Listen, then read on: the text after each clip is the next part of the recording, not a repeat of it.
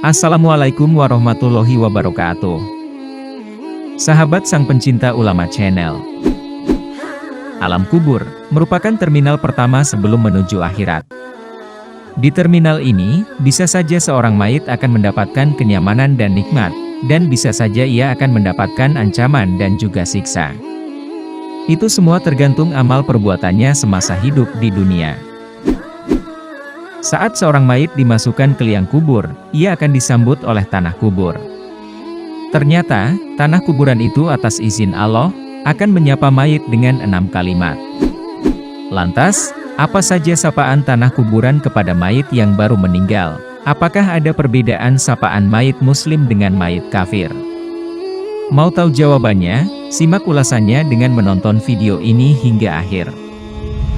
Namun, sebelum lanjut, agar channel ini bisa menjadi lebih berkembang lagi, dalam menebar kemanfaatan dan juga kebaikan, dengan kerendahan hati, saya ingin mengajak Anda untuk terus mendukung channel ini dengan cara, tekan tombol like, subscribe dan aktifkan notifikasinya, serta berkomentarlah dengan bijak.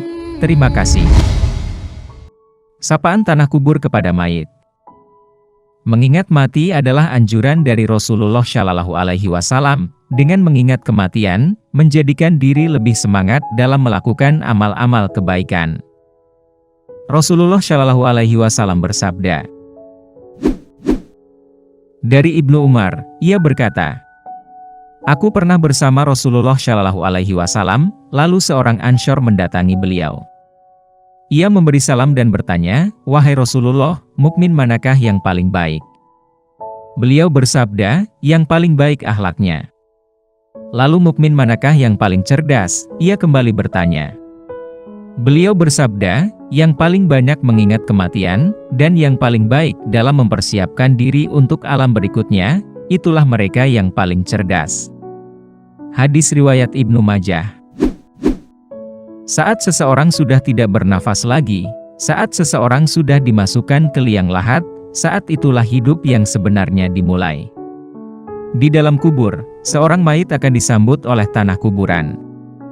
Tanah kuburan yang ia tempati akan menyapa dengan 6 kalimat, kuburan berkata pada penghuninya yang baru. "Aku rumah asing, aku rumah sendirian, aku rumah ketakutan, aku rumah kegelapan, aku rumah tanah, dan aku rumah cacing-cacing." Seorang mayit di alam kubur layaknya orang yang merantau, hidup sendiri tanpa ada teman, dan keluarga yang menemani. Di dalamnya penuh dengan kegelapan, sehingga setiap mayit akan merasa ketakutan. Selain itu, cacing-cacing tanah juga sudah bersiap untuk masuk ke dalam tubuh untuk mengkoyaknya. Hanya orang-orang yang benar-benar dekat kepada Allah Subhanahu wa Ta'ala yang selamat dari fitnah kubur ini. Oleh karena itu, bagi seorang Muslim, kita dianjurkan untuk banyak berbuat kebaikan, sehingga dengan izin Allah, kita akan diselamatkan dari fitnah di alam kubur. Perlakuan tanah kubur kepada mayit muslim dan kafir. Perlakuan tanah kubur memang tidak sama kepada setiap manusia. Ada yang diluaskan kuburannya, dan ada pula yang semakin terhimpit. Semua itu tergantung amal perbuatannya semasa hidup di dunia. Imam Muhammad bin Abu Bakar menjelaskan bahwa kuburan memiliki perlakuan berbeda pada jenazah orang mukmin dan orang kafir. Ketika yang dikuburkan adalah orang muslim, maka tanah kubur akan berkata, "Selamat datang di terminal akhirat, adapun engkau adalah orang yang amat aku cintai, yang berjalan di atas punggungku. Sekarang, aku yang akan melindungimu, aku yang bertanggung jawab atasmu. Lihat saja, apa yang akan aku perbuat untukmu." Tidak lama kemudian, kuburan orang tersebut menjadi luas seluas mata memandang, dan pintu kebun surga dibukakan untuknya. Ibnu Qayyim al-Jauziyah dalam kitabnya Ar-Ruh menjelaskan, dikatakan kepada mayit muslim, "Lihatlah balasan yang telah dijanjikan Allah kepadamu." Lalu di dekat kepalanya, dan dibukakan satu pintu menuju neraka. Dikatakan kepadanya, "Lihatlah siksa yang dijauhkan Allah darimu." Setelah itu, dikatakan kepadanya lagi, "Sekarang, tidurlah dengan tenang." Tidak ada sesuatu yang lebih dia sukai selain tibanya hari kiamat. Begitu beruntungnya orang-orang yang termasuk ke dalam golongan ini. Mereka yang diluaskan kuburnya, merasakan kenikmatan kebun surga, dan mendapatkan nikmat-nikmat lainnya. Akan tetapi, berbeda halnya jika yang dikebumikan adalah orang kafir. Tak ada kata sambutan dari tanah kubur. Malah ia langsung akan menakut-nakutinya. Kuburan itu akan berkata, "Tidak ada ucapan selamat untukmu. Engkaulah orang yang paling kubenci saat berjalan di atas punggungku. Sekarang, kau dalam penguasaanku. Aku yang bertanggung jawab atasmu. Rasakan saja, apa yang akan aku perbuat padamu." Kemudian, kuburan itu langsung menghimpitnya, sehingga remuk semua tulang belulangnya. Dibukakan baginya pintu neraka, dan diperlihatkan untuknya tempat di neraka sampai hari kiamat.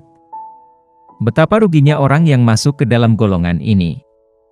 Siang dan malam, selalu tersiksa sampai datangnya hari kiamat. Sahabat sang pencinta ulama channel, itu adalah gerbang dari kehidupan akhirat. Bisa saja seorang mayit akan merasakan bagaikan di surga, dan bisa saja seorang mayit akan merasakan bagaikan di neraka. Semua itu tergantung amal perbuatannya semasa hidup di dunia. Rasulullah Shallallahu Alaihi Wasallam bersabda, "Sesungguhnya, alam kubur itu merupakan taman di antara taman-taman surga, atau jurang di antara jurang-jurang api neraka."